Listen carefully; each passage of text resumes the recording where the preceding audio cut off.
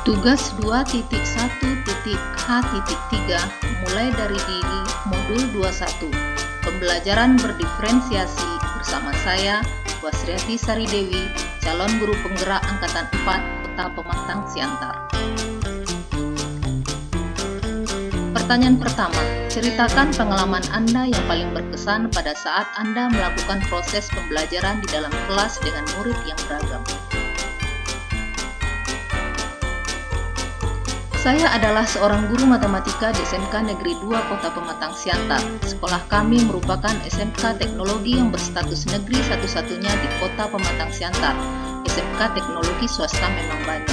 Siswa kami tidak hanya berasal dari Kota Pematang Siantar, tetapi juga berasal dari luar kota, seperti Kabupaten Simalungun. Ada juga dari luar daerah seperti dari daerah Toba, daerah Asahan, Perdagangan, bahkan dari luar Provinsi Sumatera Utara. Latar belakang orang tua yang berbeda, ada yang berasal dari keluarga petani, pedagang, nelayan, atau pegawai pemerintahan. Latar belakang pendidikan siswa yang masuk ke SMK ini juga berbeda.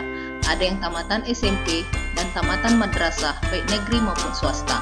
Tidak semua siswa yang masuk ke sekolah kami dan memilih jurusan sesuai dengan keinginannya, tetapi ada yang berdasarkan dorongan orang tua atau ikut temannya. Hal yang beragam ini kadang membuat saya kesulitan dalam mengajarkan matematika.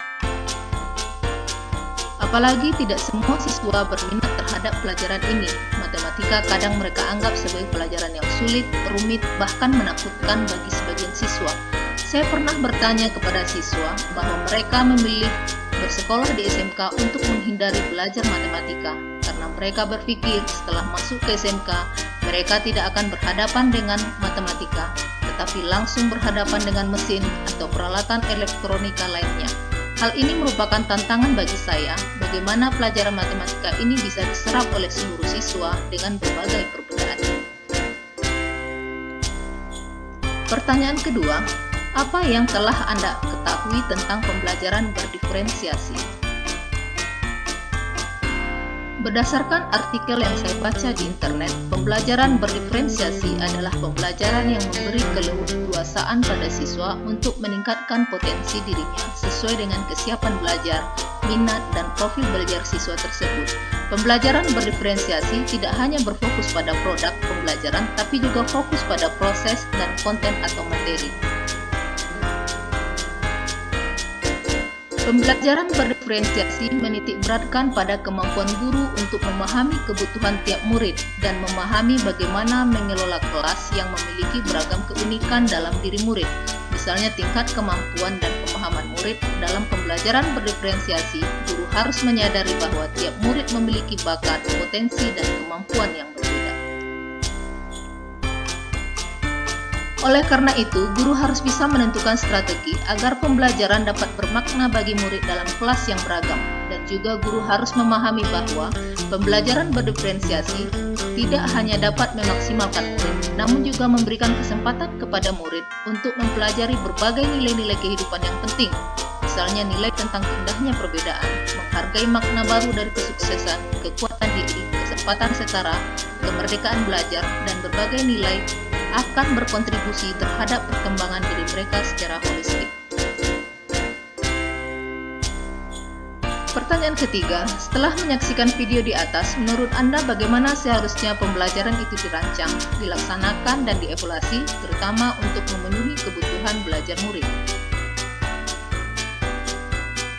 Seharusnya kurikulum dirancang berdasarkan minat dan bakat murid, sehingga tidak membuat murid mempunyai bakat di salah satu bidang menjadi tidak punya keahlian di bidangnya, karena harus menguasai bidang yang lain juga. Pelaksanaan pembelajaran sesuai dengan bakat dan minat akan membuat murid tersebut lebih terampil di bidangnya, bahkan menjadi ahli atau spesialisasi di bidangnya. Sebagai contoh tadi, si bebek yang pandai berenang, maka bila dia berlatih berenang saja, maka keahlian berenangnya akan meningkat, daripada dia memaksakan diri menjadi pelari, yang pada akhirnya selaput kakinya menjadi sobek dan dia pun tidak dapat berenang dengan baik. Proses evaluasi bergantung pada kebutuhan belajar murid yang sudah dan belum terpenuhi.